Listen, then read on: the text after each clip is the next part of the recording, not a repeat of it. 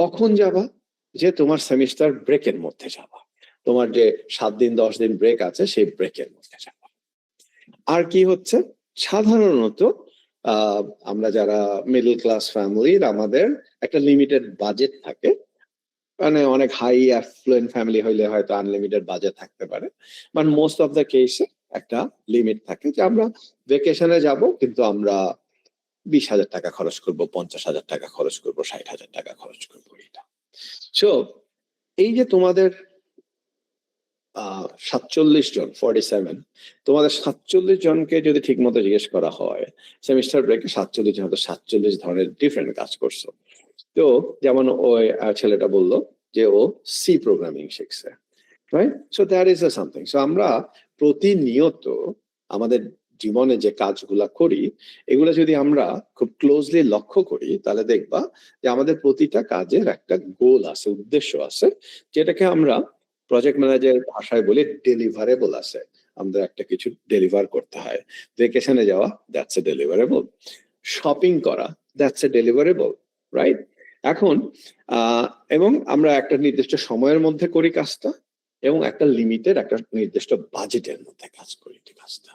তো এটাই আসলে হচ্ছে প্রজেক্ট। তাহলে প্রজেক্টের জিনিসটা হচ্ছে it's unique for all of us, right? It's unique for all of us. কারণ ভেকেশন ফর তুলি could be vacation different than Sabbath, will be different than Rayhan. এখানে কেউ হয়তো যাবে রামাদাতে, কেউ যাবে সি পার্লে, কেউ যাবে হচ্ছে সাইমনে। এক একজনের এক এক ধরনের বাজেট থাকবে, এক এক ধরনের প্রেফারেন্স থাকবে, এক এক ধরনের টাইম লাইন থাকবে। কেউ 1 দিনের জন্য যাবে, কেউ 3 দিনের জন্য যাবে, কেউ 5 দিনের জন্য যাবে। বাট বাজেট যাই হোক, উদ্দেশ্য যেটাই হোক, টাইম লাইন যেটাই হোক, আমরা সবাই চাই আমরা যে কাজটা করি সেই কাজটা খুব ভালোভাবে করতে। যে আমাকে গ্রোয়িং আপ আই রিমেম্বার যে আই এম শিওর তুমি যদি ভ্যাকেশন প্ল্যান করো, তুমি চাইবা তুমি এমন একটা ভ্যাকেশন প্ল্যান করবা যাতে সবাই মনে রাখে। যেমন আগে, এখন তো আর হয় না, ফ্যামিলি অনেক স্ক্যাটার্ড হয়ে গেছে। আগে ফ্যামিলি ভ্যাকেশন হতো আমাদের, বছরের শেষে একটা 30 জনের একটা টিম, উই উড গো, এবং এক একবার এক একজন দায়িত্ব পেতাম আমরা। তো আমরা যখনই যেবার যে দায়িত্ব নিতাম, আমরা চেষ্টা করতাম যে আমি যাতে একটা বেস্ট ভ্যাকেশন অ্যারেঞ্জ করতে পারি, রাইট? আমরা মানে আমি জানি না তোমরা এখন কোথায় যাও। আমরা যেমন সুন্দরবনে গিয়েছি, সেন্ট মার্টিনসে গিয়েছি, চা বাগানে গিয়েছি, বাংলাদেশে তো এগুলি সিলেক্টেড জায়গা। তো এক একবার এক একজন, আমি সাধারণত একটু lazy, I don't do it, আমাদের কাজিনরা আয়োজন করে এন্ড উই গো। তো এই যে প্রতিটা জিনিসই কিন্তু হচ্ছে একটা প্রজেক্ট, রাইট? সো প্রজেক্ট হচ্ছে তাহলে একটা ইউনিক ইভেন্ট, রাইট? সেই ইউনিক ইভেন্টটার একটা ডেলিভারেবলস আছে, সেই ইউনিক ইভেন্টটার একটা নির্দিষ্ট বাজেট আছে, এবং একটা সময় আছে, এবং সবচেয়ে বড় কথা হচ্ছে যে আমরা যেই এটা করি না কেন, আমরা চাই হচ্ছে বেস্ট পসিবল ওয়েতে করা। এই যে বেস্ট পসিবল ওয়েতে করা, এইটার একটা বইয়ের নাম হচ্ছে quality. We want to do it in the best quality. তাহলে একটা প্রজেক্ট ম্যানেজমেন্টে একটা প্রজেক্টের 3টা কনস্ট্রেন্ট আছে, 3টা। 1 নাম্বার হচ্ছে গোল, 2 নাম্বার হচ্ছে টাইম, 3 নাম্বার হচ্ছে বাজেট। আর 4 নাম্বারে যেটা, এটাকে আমরা কনস্ট্যান্ট হিসেবে বলি না, বিকজ ইটস বিল্ট ইন। আমরা যে কাজটা করি, আমরা কি চাই কাজটা খারাপ হোক? আমরা সবাই চাই কাজটা ভালো হোক। ইটস লাইক বাবা মা যদি এই যে সেমিস্টার শুরুর আগে অনেক ছেলে মেয়েই জামা কাপড় কেনে, রাইট? আমরাও কিনতাম। দেখা যেত ক্লাস শুরুর আগে মা 2,000 টাকা বের করে দিয়ে বলতো, এই নতুন সেমিস্টার শুরু হবে, যা 2টা শার্ট একটা প্যান্ট কিনে নিয়ে আয়। তো আমরা যখন সেই টাকা দিয়ে শার্ট প্যান্টটা কিনতে যাই, আমরা কি করি? আমরা তো চাই যে বেস্ট পসিবল জিনিসটাই আমরা ওই টাকাটার ভেতরে কিনতে চাই। সো কোয়ালিটি যে বিষয়টা, এটা হচ্ছে বিল্ট ইন, যে আমরা যে কাজটাই করি সেখানে কোয়ালিটি করতেই হবে, right? So so far so good. Are you guys with me? Yes, sir. Yes, sir. Yes, sir. So লোকজন আসছে, আধা ঘন্টা হয়ে গেছে ক্লাসে, তারপরে লোকজন আসছে, বাট আই এম হ্যাপি যে আসছে। সো আমি যদি জিজ্ঞাসা করি, রাগিব মাহতাব মাহি, তুমি আছো?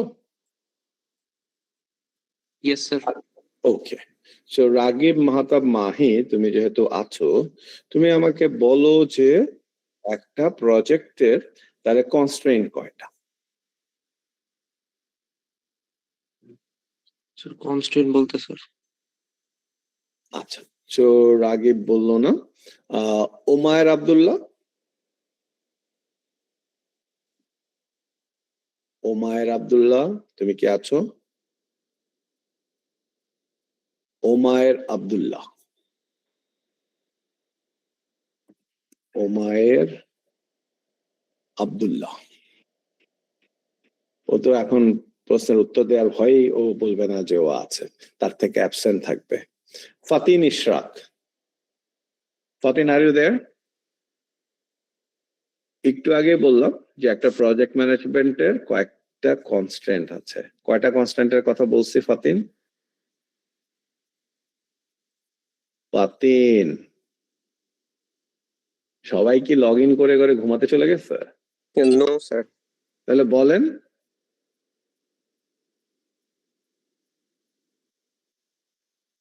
বলবেন না? স্যার তিনটা ওকে, গুড। এটা বলতে এত সময় লাগলে হবে? বলেন কি কি তিনটা। Sir goal time budget very good, that's what I wanted to here. Okay, so এখন যেটা হচ্ছে আমরা তোমরা আমার স্লাইড দেখতে পাচ্ছ? শিওর, ওকে। এখন আমরা আরেকটু যাই যে এখানে আমি যেটা বলতেছিলাম, সো এখানে দেখবা যে আমি স্লাইড গুলো সব দিয়ে দিব, আজকে আপলোড করে দিব। এখানে দেখো আমি বলছি it's unique, right? It's unique, right? এবং এটার রিসোর্সেস লাগে এবং ইউনো, সো এখন তুমি আরেকটু যদি আমি আগাই এইখানে, সেটা হচ্ছে যে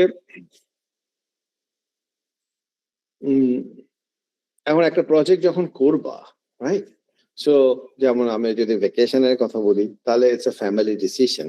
সাধারণত আমাদের মোস্ট অফ দ্য ফ্যামিলিতে বাবারা ডিসিশনটা নেয়, হ্যাঁ আমরা যাবো ভ্যাকেশনে, তাই না? সো এখন যে কোনো একটা প্রজেক্ট যখন তুমি করতে যাও, তখন দেখা যায় যে এই প্রজেক্টের সাথে there are lot of other people are involved। যারা একটা প্রজেক্টের সাথে বিভিন্নভাবে ইনভলভ থাকে অথবা যারা একটা প্রজেক্টকে ইনফ্লুয়েন্স করতে পারে, তাদেরকে আমরা বলি হচ্ছে স্টেক হোল্ডার্স।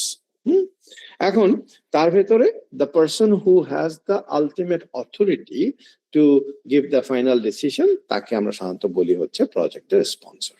এবং মোস্ট অফ দ্য কেসে দেখা যায় এই লোকটাই এই প্রজেক্টটাকে স্পন্সর করে, মানে প্রজেক্টের টাকা পয়সাটা গুলো তার কাছ থেকেই আসে। ঠিক আছে, আচ্ছা এবার তোমাকে আরেকটু অন্য একটা গল্পে নিয়ে যাই। যেমন তোমরা কি কখনো কাজিন টাজিনদের বিয়ের দায়িত্ব পালন করছো কেউ এখানে? Any of you? জি স্যার করেছি করেছো? তোমার দায়িত্ব কি ছিল? স্যার আসলে আমার দুইটা দায়িত্ব ছিল। একটা হচ্ছে মানে ওটা গায়ে হলুদ ছিল আসলে, তো স্টেজ সাজানোর জন্য ফুল কিনতে যাওয়ার, ফুল Right. আনা, এটা ম্যানেজ করা আর লাইটিং এর বিষয়টা দেখা ছিল। Nice, very good. তাহলে তুমি রিলেট করতে পারবা। যেমন হচ্ছে গ্রোয়িং আপ, আমি তিনটা বিয়েতে আমি দায়িত্ব পালন করছি। এরকম একটা বিয়েতে আমার দায়িত্ব ছিল ফার্নিচার কেনা, একটা বিয়েতে আমার দায়িত্ব ছিল খাদ্য ব্যবস্থাপনা, তো এরকম বিভিন্ন দায়িত্বগুলো ছিল। তো সাধারণত দেখা যায় যে বিয়ে টিয়ের ক্ষেত্রে ফ্যামিলিতে এই কাজিন টাজিনদের মধ্যে বিভিন্ন দায়িত্ব ভাগ করে দেওয়া হয়। হ্যাঁ, তাহলে যে ওকে তোকে 1 লাখ টাকা দেওয়া হইলো, 2 লাখ টাকা দেওয়া হইলো, তুই বিয়ের শাড়ি এবং অন্যান্য জিনিস কিনবি। এই তোকে 2 লাখ টাকা দেওয়া হইলো, তুই গায়ে হলুদ অর্গানাইজ করবি। তোকে 50,000 টাকা দেওয়া হইলো, তুই ছেলের বিয়ের কি বাসর ঘর সাজাবি, রাইট? এইভাবে তো রেসপন্সিবিলিটি গুলো ভাগ করে দেওয়া হয়। এবং এরপরে দেখা যায় যে মুরব্বীদের মধ্যে কেউ একজন খালু, মামা, চাচা, উনি মাঝে মধ্যে একটা করে মিটিং ডাকে আর জিজ্ঞেস করে, এই হয়েছে কাজ, তুমি করতে পারছো কাজ, তুমি কতদূর হয়েছে, কত টাকা খরচ করছো, ইত্যাদি ইত্যাদি। সো এই যে সিস্টেমটা, তাহলে এখানে বিয়েটা হচ্ছে একটা প্রজেক্ট, রাইট? এবং এখানে আমরা বিভিন্ন জন বিভিন্ন দায়িত্বটা পালন করি। আর এই যে খালু, মামা, চাচা যিনি আমাদের সবাইকে ম্যানেজ করেন, হ্যাঁ, he is like the project manager.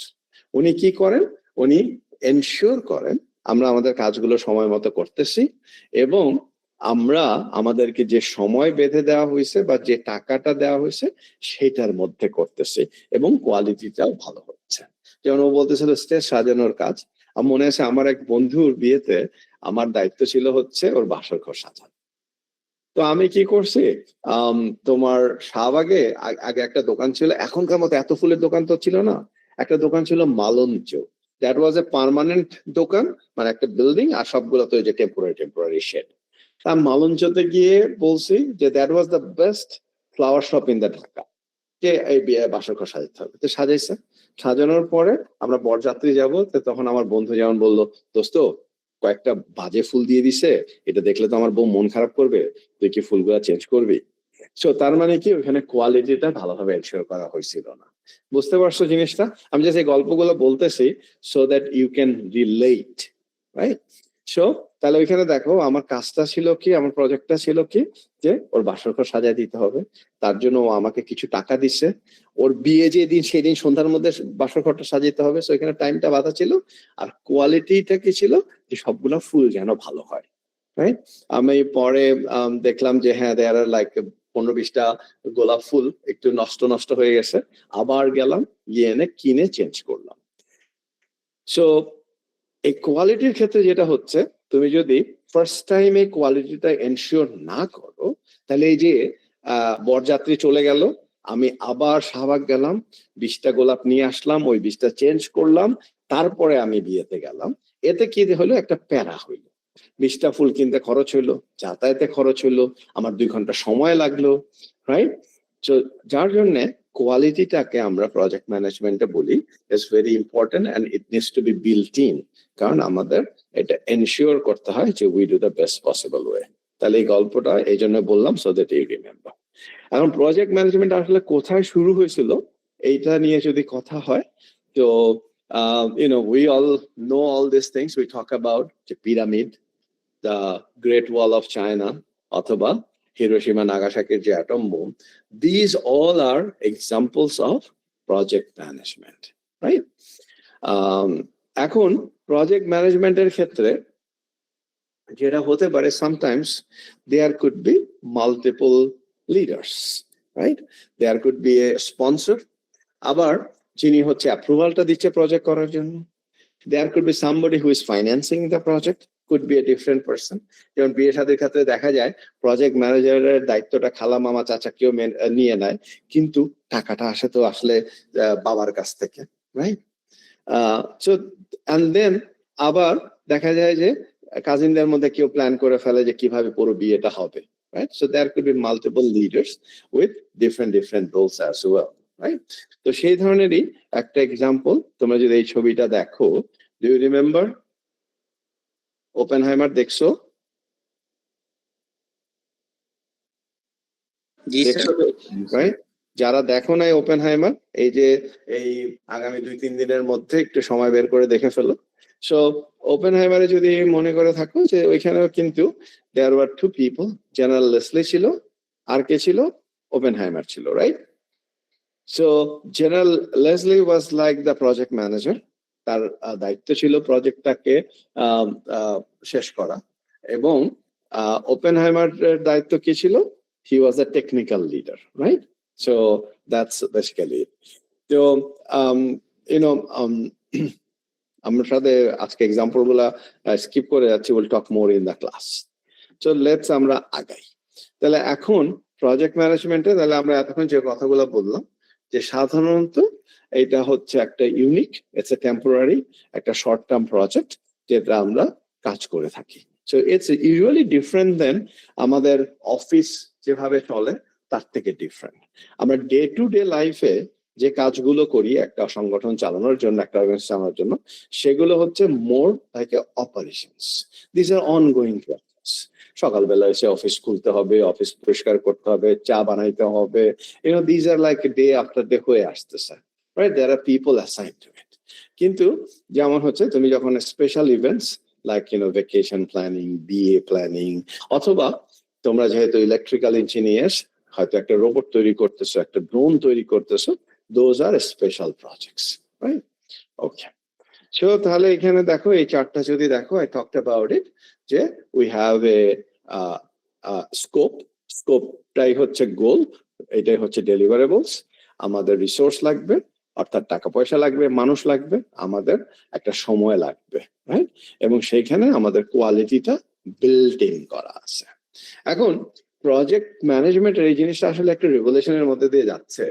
So project ম্যানেজমেন্টে এতদিন আমরা যেটা বলে আসছি যে কোয়ালিটিটা বিল্ট ইন, বাট এখন এটাকে গত 2 বছর 3 বছর যাবত একটু নতুন করে ভাবা হচ্ছে। কি ভাবা হচ্ছে? Let me explain it to you. যেমন ধরো আমরা যদি এখন গত কিছুদিনের মধ্যে ঘর বাড়ি, যেমন ধরো যে তুমি যদি আজকে ঢাকা একটা বাড়ি কিনতে যাও, রাইট, একটা অ্যাপার্টমেন্ট কিনতে যাও, একটা ফ্ল্যাট কিনতে যাও, সে এই মুহূর্তে তো একটা থ্রাইভিং এরিয়া হচ্ছে বসুন্ধরা। বসুন্ধরাতে দেখবে একটা বাড়ি 7,000 টাকা স্কোয়ার ফিটও কিনতে পাওয়া যায়, আবার 20,000 টাকার স্কোয়ার ফিটও কিনতে পাওয়া যায়। তো এখানে ঘটনাটা তাহলে পার্থক্যটা কোথায়? পার্থক্যটা হচ্ছে যে হাউ ফ্যান্সি প্রোডাক্ট আমরা ইউজ করি, আর হচ্ছে কোয়ালিটিটা কি, রাইট? সো যেমন 7,000 টাকার প্রোডাক্টে তুমি দেখবা যে the quality of materials is not that great, বা অনেক ফ্যান্সি না, অনেক নিখুঁত না। বাট সেটাই যখন তুমি একটা শান্তা প্রপার্টিজে তৈরি করা 20,000 টাকা স্কোয়ার ফিটের প্রপার্টি কিনতে যাবা, দেখবা যে এটা অনেক নিখুঁত, এটার ভিতরে সব হাই প্রোডাক্ট ইউজ করা হয়েছে। একটা 7,000 টাকার স্কোয়ার ফিটের প্রোডাক্টে দেখবা যে 12 ইঞ্চি বা 12 ইঞ্চি ছোট ছোট টাইলস ইউজ করা হয়েছে। ওইখানে গিয়ে দেখবা 2 ফিট বাই 4 ফিট সাইজের বড় বড় স্টোন ইউজ করা হয়েছে, মার্বল ইউজ করা হয়েছে, রাইট? তো এটা কেন বলতেছি? যে আমরা যখন কোনো একটা কাজ করতে চাই, আমাদের কিন্তু একটা হাই এক্সপেকটেশন সবারই থাকে। যেমন আজকে যদি আমি ভাবি যে আমি একটা ভেকেশনে যাব, আমি ভাববো যে সিপারলি গিয়ে থাকবো, রাইট? কিন্তু পরবর্তীতে হয়তো দেখা যাবে যে না, আমি 30 জন লোক নিয়ে যাব, এত টাকা খরচ হয়ে যাবে, তাহলে আমি সেটা অ্যাফোর্ড করতে পারতেছি না। তখন গিয়ে হয়তো আমি গিয়ে থাকবো হচ্ছে সিগালে ওর সামহার, right?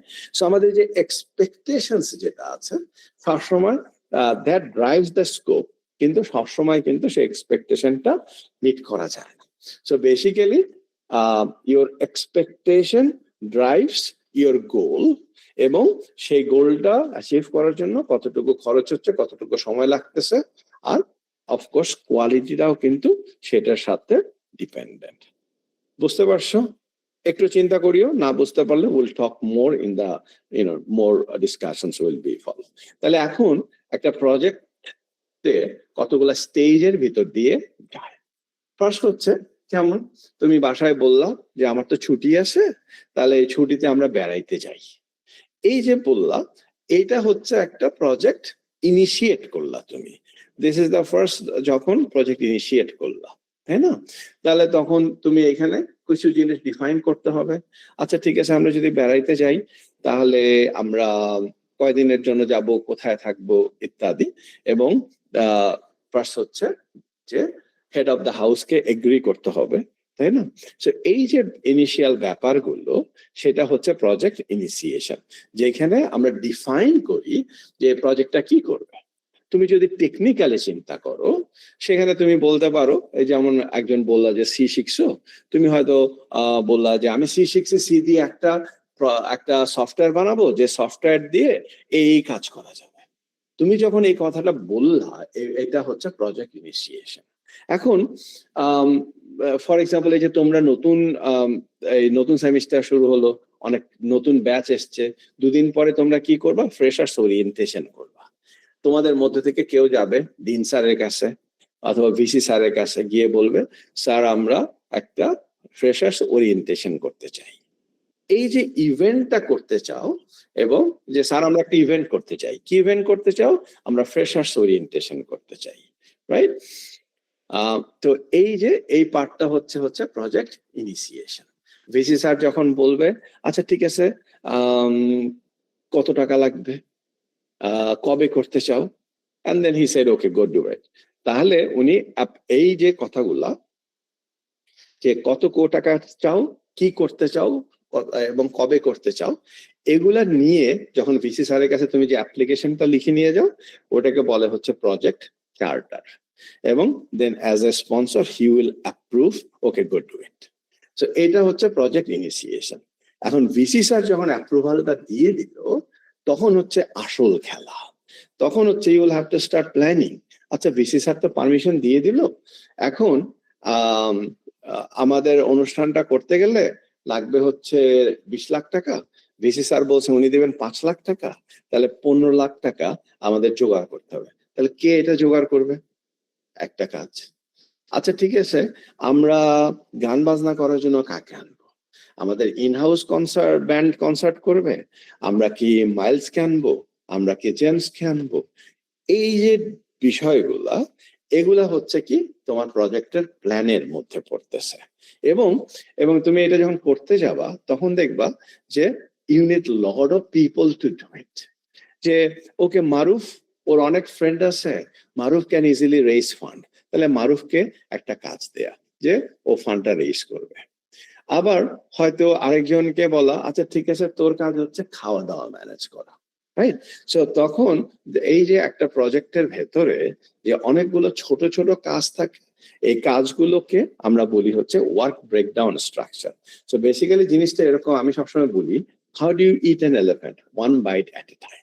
Freshers orientation, it's a program, it's a event. এটার স্কোপটা হচ্ছে একটা সাকসেসফুল প্রোগ্রাম আয়োজন করা, কিন্তু এটা যখন করতে যাবা তখন এর ভেতরে অনেকগুলা ভাগ দেখবা চলে আসছে।